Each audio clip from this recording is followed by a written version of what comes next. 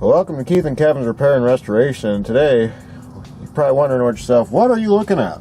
Well, CV joint that has blown its boot and thrown grease everywhere. We're in the middle of a brake job, and this kind of things you'll find when you get into one of these cars that have high miles. This is the auction find $900 Subaru, which for all intents and purposes has been running very good otherwise. But again, you know, you buy an auction car, these are the things you're going to find. We did tell the customer about it, and the customer wanted to go ahead and repair it. So today we're going to be replacing this axle on this 96 Subaru Legacy. Stay tuned. So right now we're just going to take the whole brake caliper assembly off. And there's that bolt. Set it aside, probably in a magnetic tray. This job isn't too complicated.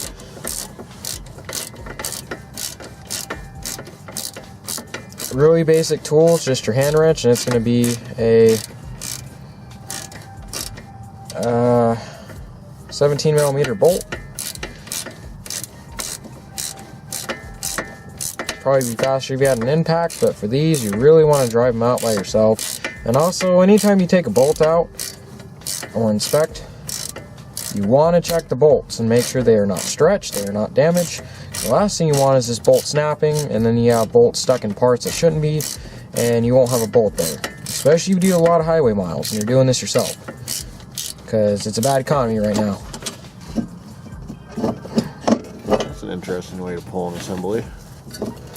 Well, the brake pads are kind of compressed right now, so. Yeah.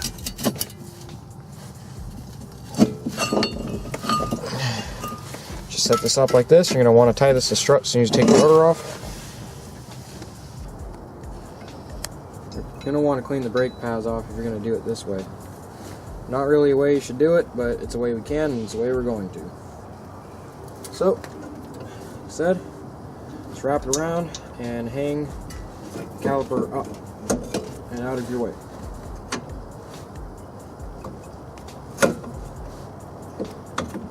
Hang it up like that, it should be fine.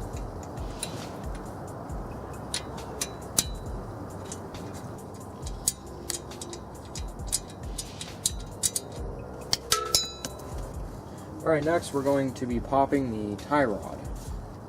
But what we're going to do is going to get a flathead. We're going to pop this up right here. We're going to pop up the cotter pin.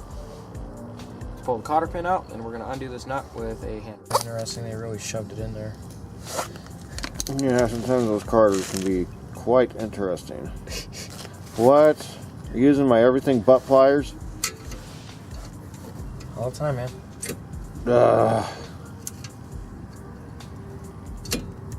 Found every use for them. Someday I'll show you on my truck what they actually do. Okay, that ain't gonna work either.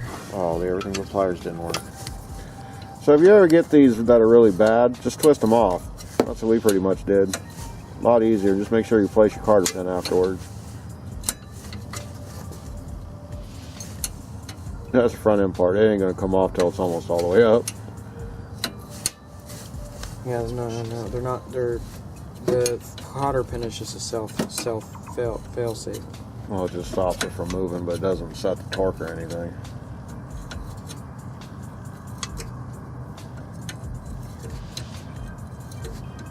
That's why they're castle nuts. The king of the castle.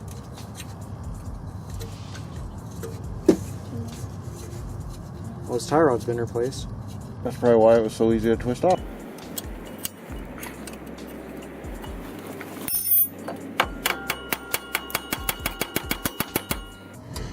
Alright, take your bolt off.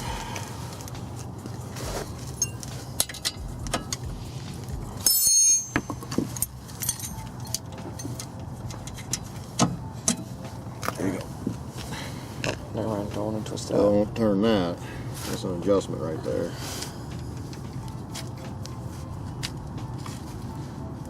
Sometimes you can get lucky and turn them, but you gotta break that bolt loose first. Okay, now the steering knuckle. Oh! No, Kev. Break the big bolt first. Oh, yeah.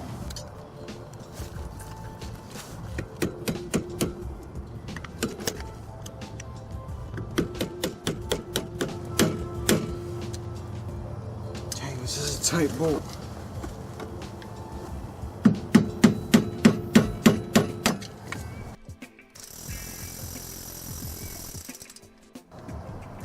Nope, you're gonna have to break the metal on this one.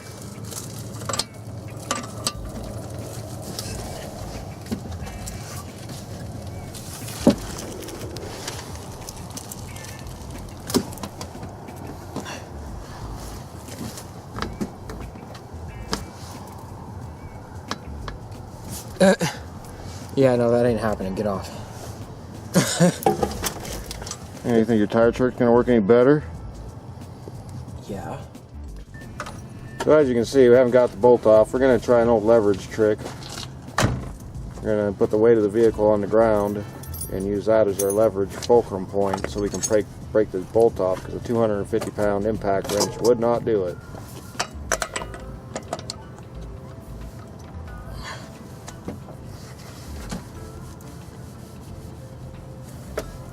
I'm bending that breaker bar. You're gonna need to get something on it, pop it right from the center. So you need a breaker bar with a breaker bar. You need the tube. Exhaust pipe? Yeah.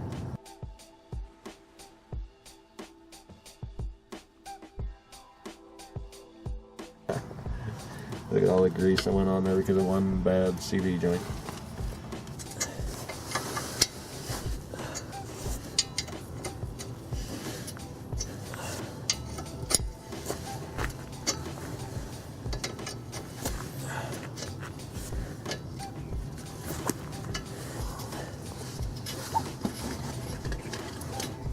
Alright, looks like we're gonna want to bang this again. Or, you know, hit it. Yeah, there should be a spot you should be able to pop it on the steering knuckle. Yeah, I know, but this thing ain't gonna pop off like that. Oh. I mean, maybe. I mean, try the pry bar first, but I really think you're gonna have to hit it from the bottom. Well, hit it from the bottom then. Just try not to mushroom it too bad. Do I need Thor? Thor.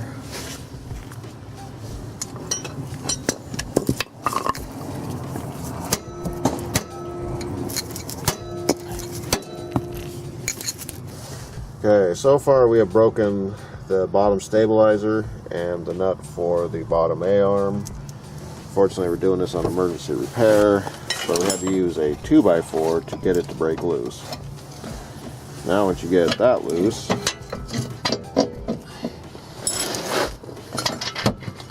move it. Alright, we're out.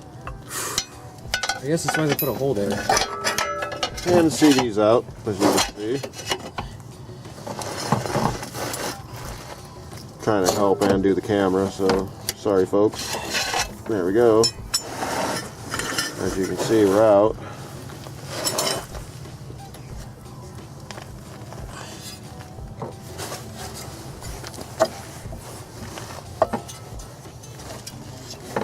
Now he's going to pull the shaft out here in a sec.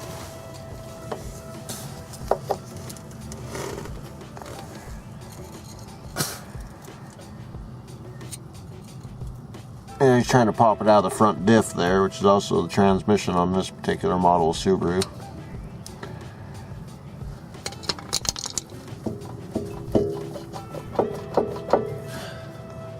This thing ain't wanting to come up. Nope, it's probably going to need some pry bar love. Yeah, but you can't put too much. You got to be careful when you do it. Yes, you are correct. You can't put pressure on the transmission. Well, you can. No, because it's an aluminum case. You still can. Just not a lot. Now, folks, there's not a lot of ways for me to get light in here and show you what he's trying to do there.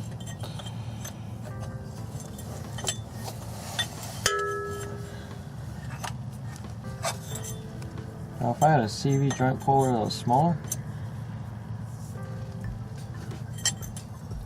you want to pull as I'm doing this? Got it. Okay, go out slowly. It's gonna fall in my face. Sorry, folks, not the best shot possible. I'm trying to help him here. Oh, yeah, you better grab that before it falls out. Alright, folks, as you can see, just throw the shaft right out.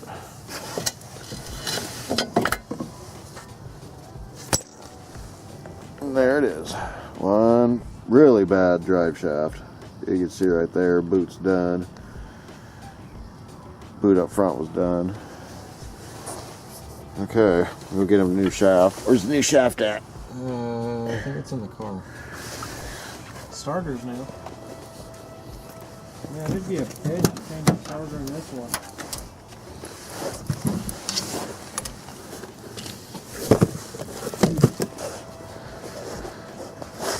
As we can see, we're doing this in bay 3. We have 3 bays at our place that we work at. Nothing like new parts. I love new parts. New parts make me happy.